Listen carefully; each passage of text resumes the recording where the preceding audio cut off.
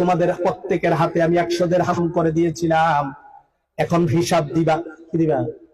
হিসাব দিবা। আসো এই গরম ইটটার উপরে দাঁড়াও, আবু বকর তুমি হিসাব দাও। আবু বকর ডাক দিয়ে কয়, ইয়া রাসূলুল্লাহ, ইয়া হাবিবাল্লাহ, আমার আপনি 100 দিরহাম দিবেন। এই 100 দিরহাম দিয়ে আমি অনেক মার্কেট করেছি, অনেক কেনাকাটা করেছি। ইয়া রাসূলুল্লাহ, আমি যদি আপনার এই উত্তপ্ত গরম পাথরের উপরে দাঁড়ায় দাঁড়ায় হিসাব দিতে চাই, তাহলে আমার পাউটা পুড়ে যাবে। ইয়া রাসূলুল্লাহ, এত টাকার হিসাব আমি আবু বকর দিতে পারবো না। জোরে বলেন সুবহানাল্লাহ। আওয়াজে বলেন আল্লাহু আকবার। ওমর রে ডাক দিয়ে কয়, ওমর হিসাব দাও। ওমর কয়, মাফু সাইদ ইয়া রাসূলুল্লাহ, সম্ভব না। ও আবু হুরায়রা, আসো জবাব দাও, কেমনে খরচ করলা? কই হুজুর পারবো না। আলী ডাক দেখো, আলী রে, তোরা না 1 দিরহাম